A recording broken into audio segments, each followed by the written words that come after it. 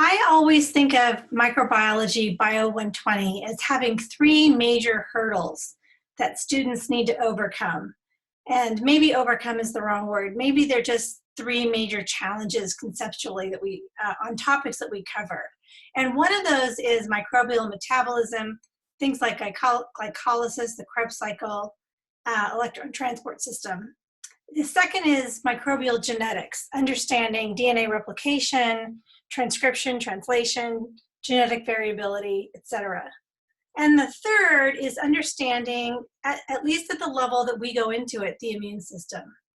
The immune system is incredibly complex, and we're only going to scratch the surface. You can get a doctorate just in immunology. You can get a doctorate just in one branch of immunology.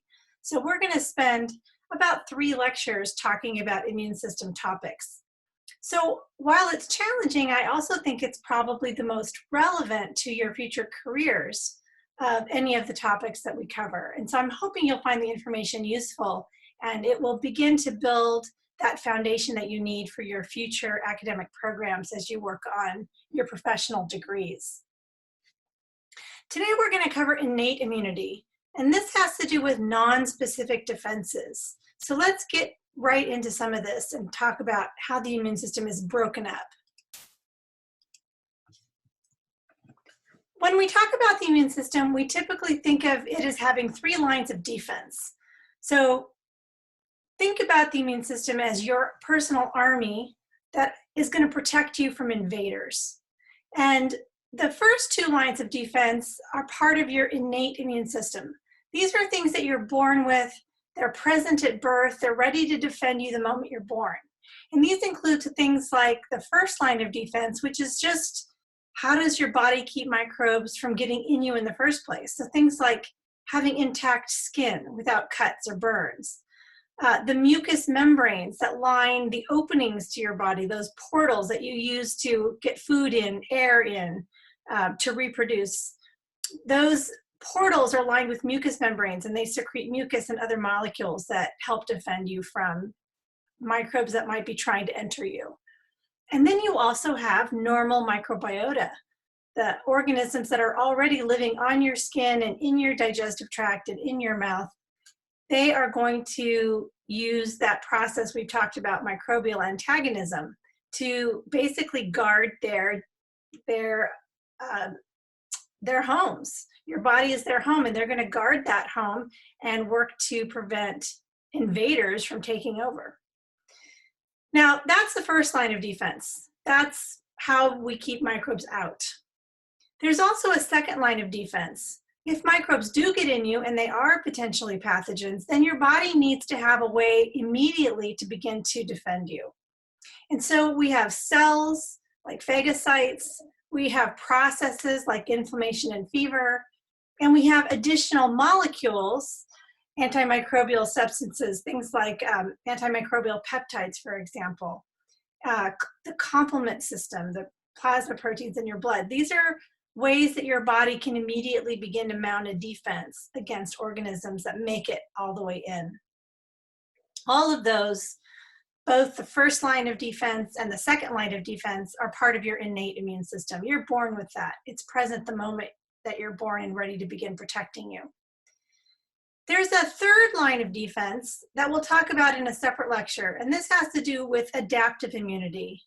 This is when your body learns about a pathogen and develops really specific tools like antibodies and cytotoxic T lymphocytes that will specifically seek out and destroy a specific pathogen. Your adaptive immune system is what you're stimulating when you get a vaccine. So the adaptive immune system is the topic for next time's lecture, and today what we're doing is we're tackling innate immunity. And I've thrown in red on occasional slides study guide questions or critical thinking questions. So this one says, what are the 3 components of the immune system? What is the major role of each component? And limit your answer to 4 sentences. So what I'm really looking for here is for you to explain this slide back to me in an answer to that critical thinking question. We're going to start by talking about those barriers. Remember that in an ideal world, those microbes that are potentially harmful to you, they never get in you in the first place. And the reality is that the vast majority of them don't get into you in the first place, because you have a lot of systems and processes built into your body to prevent the bad guys from getting in. First of all, you have skin. Your skin is a major way that your body prevents pathogens from getting inside you. Let's go to the next slide, because I've got something on skin here. Your skin has many layers, and the top layers are this epidermis. And these are dead cells, and they are packed with keratin. So you know when you take a shower that your skin doesn't wash away, that it actually stays on you. It's hydrophobic, the water beads up on it. So keratin is, and the fact that these cells are dead means that these cells can't easily be removed. They're packed very tightly. They're filled with keratin, this very waterproof, insoluble protein. And what happens is you're constantly producing new layers of epidermis.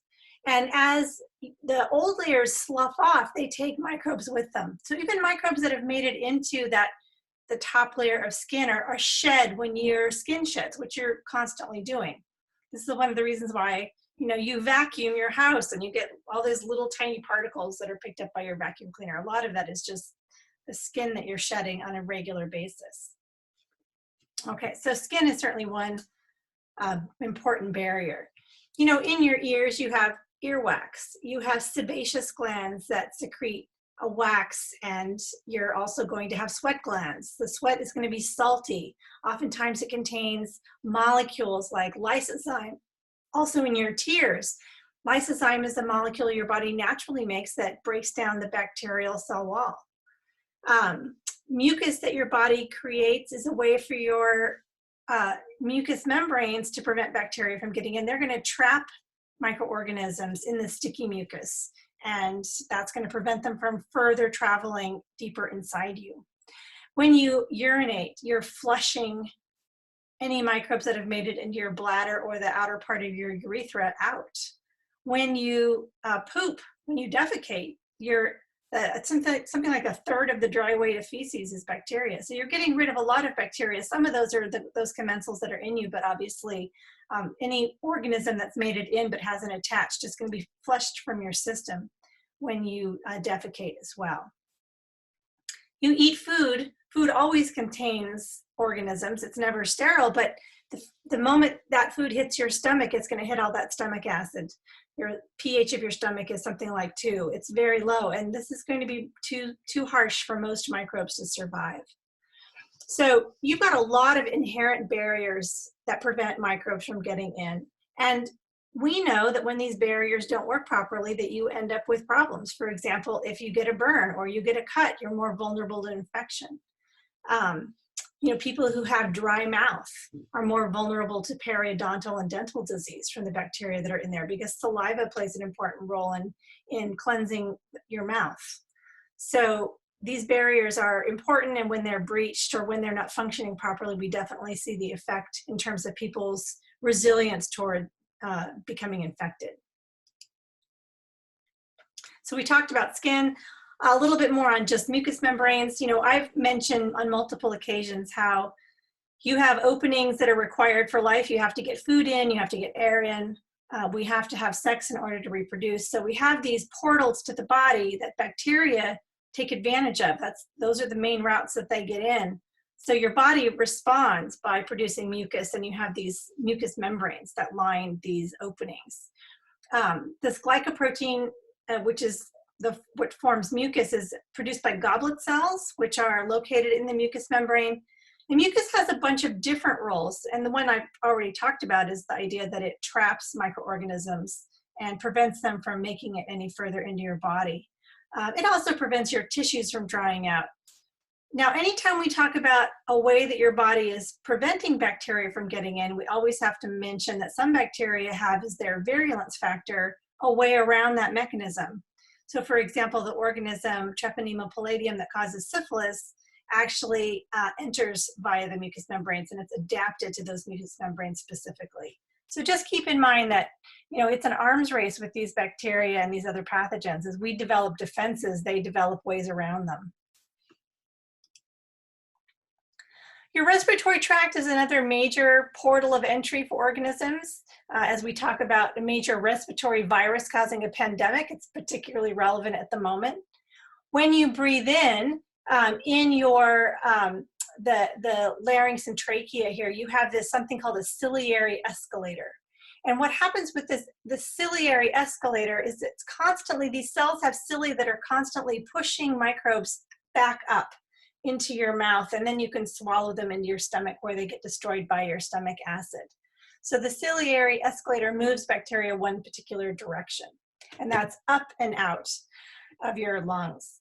Now, there are things that can damage your ciliary escalator. One of the reasons why people who smoke are more vulnerable to lung infections is that the smoking damages these cells and damages the cilia.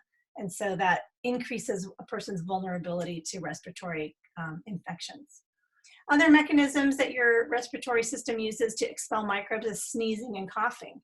And so that's an attempt to flush those microbes out. Of course, you're also spraying them everywhere, and many microbes take advantage of this as a way to be spread and find a new host as well. Your genitourinary tract, another portal of entry. I mentioned that urine is a way when you urinate, you flush the urethra, you flush any microbes that have made it into your bladder. Urine is constantly being produced by your kidneys, and so it's going to trickle down ureters into your bladder. And once bacteria make it into your bladder, it's actually fairly easy for them to make it up to the ureters into your kidneys, and kidney infections are actually really serious. So this is an important mechanism of protection, this idea that the urine that's stored in your bladder is then used to flush out that urethra. Similarly, vaginal secretions flush the lower reproductive tract. So women are constantly producing mucus secretions in the vagina. They can be affected by the hormones depending on where a woman is in her cycle, if she's at childbearing age, but those are being produced and they're going to help secrete organisms that might have made it into the reproductive tract. We're going to talk about chemical defenses a couple of times in this lecture. I'm going to mention them now, but I'm only going to talk about the ones that are part of the first line of defense now, and then we're going to talk about other chemical defenses that are part of the second line of defense, also part of the innate immune system. But the ones on this slide are specifically those that are designed to keep organisms from getting into you and initiating an infection. So things like tears, those are going to wash away microbes that have made it into your eyes. I mentioned this enzyme lysozyme, which is in different secretions in your body. It hydrolyzes peptidoglycan, so it's a little like penicillin in that way. It has a similar role. We talked about saliva and how it washes microbes away from your teeth and mouth, and I mentioned a dry mouth being a contributor to dental disease, which is an infectious disease that's caused by microbes. Vaginal secretions, the low pH of the vagina, help protect that particular portal of entry. It turns out that even semen has antimicrobial chemicals in it. I've got a link here that I'll put in the video if you're interested in reading about that. Your sweat also contains lysozyme. It's got oils. Again, we're really thinking about any openings to the body like a sweat gland. Things are being flushed out of your sweat glands, and so you're flushing bacteria that might be present out onto the surface of the body. Your gastric juices has a low pH, so when things get into your stomach, bacteria are destroyed. Earwax prevents bacteria from getting too far into the ear. And then we've mentioned urine. It also has lysozyme and a low pH, as well as the flushing action. So your body's got a lot of tools to prevent bacteria from getting in it in the first place. And these are really important tools. We know that when these tools are not working properly, that people are much more vulnerable to infections. So we're going to talk about a lot of really cool cells and mechanisms that your body has to kill bacteria once they're in. But don't forget just how important it is to keep the door closed and locked. And that's what this first line of defense is about, protecting you from the outside first. Now, we should also mention, before we move on to the second line of defense, the role of normal microbiota. You have tons of normal microbes that are part of your your microbiome. And these are going to play a tremendously significant role in preventing pathogens from colonizing the host. I'll give you a couple of examples really quickly. One is just that we know that bacteria, the lactobacillus in particular in your vagina, prevents an overpopulation of Candida albicans, which is a yeast that causes yeast infections. And when women take antibiotics for bladder infections, it's kind of just sort of expected that they may end up with a yeast infection, because once you kill those bacteria in your vagina, the yeast have a party and they invite all their friends and they reproduce, and suddenly you have an overgrowth of yeast, which is not terrible, but unpleasant, itchy, etc. So that's one example. Another example is the presence of E. coli in your large intestine, inhibiting the growth of pathogens like Salmonella and Shigella. And we also know that when people are on antibiotics, again, for extended periods, they're much more at risk for Clostridium difficile infection as well. So these organisms that are naturally part of your body are actually, they're contributing in an outsized way to the prevention of the colonization of some of these pathogens that cause infectious disease. Whenever I talk about normal microbiota in class, I often get people saying, this is when someone raises their hand and says, what about probiotics? What about, taking probiotics and trying to colonize my body with these healthy microbes? And so let me tell you what I know as of recording this video. And that is that the jury is really out on probiotics.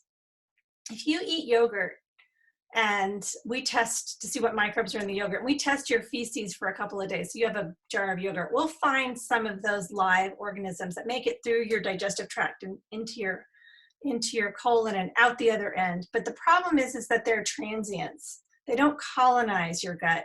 They ride through, right? And they are eliminated when you poop. And so unless you're eating yogurt every day, those organisms will not continue to be in your gut.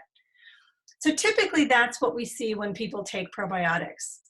There is some evidence that probiotics are helpful if someone is taking antibiotics, preventing diarrhea. Maybe as transients, they provide some role temporarily while the organisms in your gut have been destroyed. So there's definitely some evidence that they may help. If you're taking antibiotics, it doesn't hurt to eat lots of yogurt and try to get some of these probiotics in you. Then there's something called prebiotics. So that's more the idea that you're feeding the microbes you want to have grow. We definitely see evidence that when people eat fruits and vegetables versus a much more limited, maybe high fat, high carb kinds of diets, that they tend to have a more diverse microbiome, and maybe the microbes there might be conducive to sort of better health overall. So there's another argument for eating a balanced diet, really high in fruits and vegetables, lots of variety. That probably is more effective at this point than going to a nutrition store and buying probiotics. And just keep in mind that probiotics are not drugs. And so they are not tested by the FDA. What's on the label isn't necessarily what's in them. Oftentimes it's not. So you should probably beware. This is a good buyer beware moment, that until someone's actually testing these, and when they say there's a certain number of colony forming units of a particular organism, and that's been independently verified by a testing lab, you don't really know that that's what's in that bottle. So probiotics, the jury is out. It's a really interesting area of research, and I'm hoping that in 10 years that maybe we'll have something more definitive to say, or we'll learn a little bit more about what organisms might be really useful. They are studying probiotics for all sorts of different diseases. So all the way from, physical diseases like the effect on your cholesterol and heart disease and blood pressure, all the way to things like autism, to see whether or not there's a link between the organisms in your gut, where there happens to be quite a bit of serotonin produced, which is a neurotransmitter. Does that cause an effect on people's brains and how your brain functions? So lots of research in this area. I'm not sure it's likely to lead to drugs in my lifetime, but hopefully in 100 years or so, it will create some big advantages. Maybe we'll be able to treat some real intractable diseases at some point as a result of what we learn. All right, so that's how we keep pathogens out. Our next topic is going to be, oh no, the pathogen got in. So what happens now? What's the second line of defense? How does your innate immune system deal with this invader?